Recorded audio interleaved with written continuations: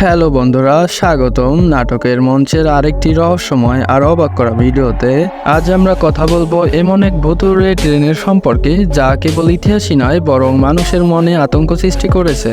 1911 সালের একটি অদ্ভুত ঘটনা আজও মানুষের কল্পনা জাগিয়ে তোলে।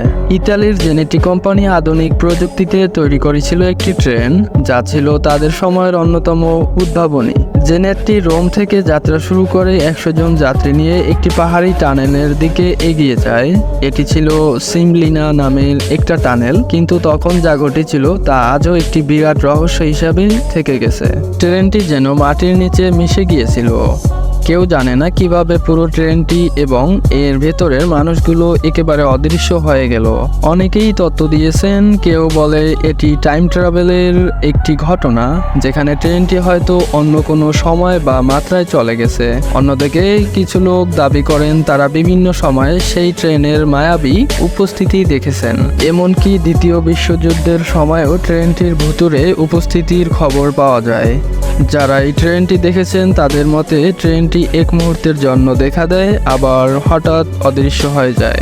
অনেক ইতিহাসবিদ এবং প্যারানরমাল বিশেষজ্ঞরা এই ঘটনার নানা দিক থেকে বিশ্লেষণ করেছেন, কিন্তু কেউই এর সঠিক ব্যাখ্যা দিতে পারেননি। অদৃশ্য ট্রেনটির এই ঘটনা আজও একটি অমীমাংসিত রহস্য হয়ে রয়ে গেছে, যা রোমের জনমানুষের মুখে মুখে কল্পনা কাহিনীর মতো ছড়িয়ে পড়েছে। জেনেটি ট্রেনটি সত্যি কোথায় হারিয়ে গেল, এই প্রশ্নের উত্তর হয়তো আমরা কোনোদিনই জানতে পারবো না।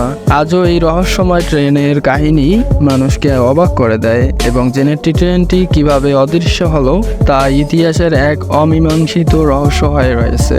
আপনাদের কি মনে হচ্ছে বন্ধুরা, কি হতে পারে এই রহস্যময় ট্রেনের সাথে? কমেন্ট করে আমাদের জানান। যদি ভিডিওটি ভালো লেগে থাকে লাইক দিতে ভুলবেন না, আর এরকম আরো মজার তথ্য পেতে আমাদের চ্যানেলটি সাবস্ক্রাইব করতে ভুলবেন না। আমরা আবারও ফিরে আসবো রহস্য আর জ্ঞানের নতুন গল্প নিয়ে। ততক্ষণ পর্যন্ত সুস্থ থাকুন, সাবধান থাকুন। আল্লাহ হাফেজ।